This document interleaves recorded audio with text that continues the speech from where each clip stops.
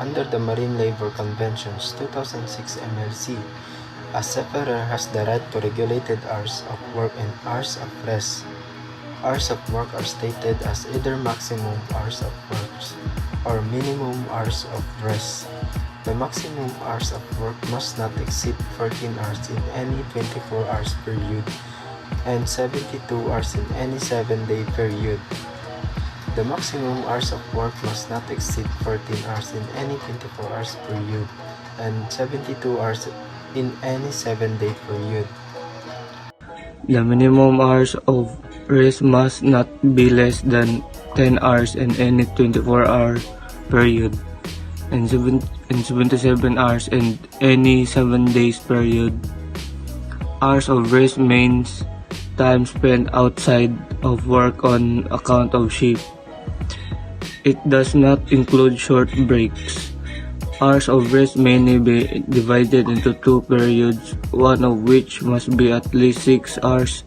The interval between periods of rest must not be longer than 14 hours. Account must be taken of the danger posed by the fatigue of seafarers. Any mandatory muster of drills must be conducted in a way that minimizes disturbance of rest hours and does not induce fatigue. A schedule or table of service at the sea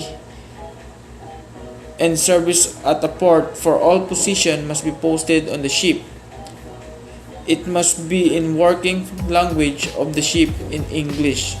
A record of a seafarer's daily hours of rest or hours of work must be kept on board in the working language of the ship in English and must be signed by the seafarer and the master or other authorized person.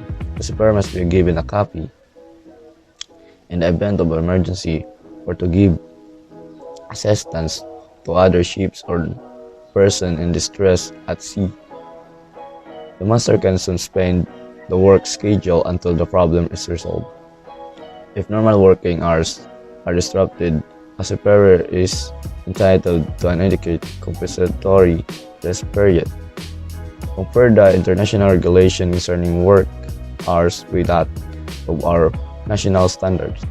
The Philippines is the largest source of the world seafarer with nearly 700,000 overseas seafarers. It has a workforce and the home of nearly 1/3 or 30% of seafarers working on foreign flag ships. And as the Philippine Secretary of Labor and Employment, Ms. Rosalinda de Mapilis Baldos, in hailing the registration at the ILO of the Philippine Instrument of Ratification of the MLC 2006, as the 13th ratifying country, it is stated that our country's ratification of the Maritime Law Convention 2006 highlights over a decade of involvement of the Philippine government through the DOLE in global maritime affairs that contributed to the adoption of the convention in 2006.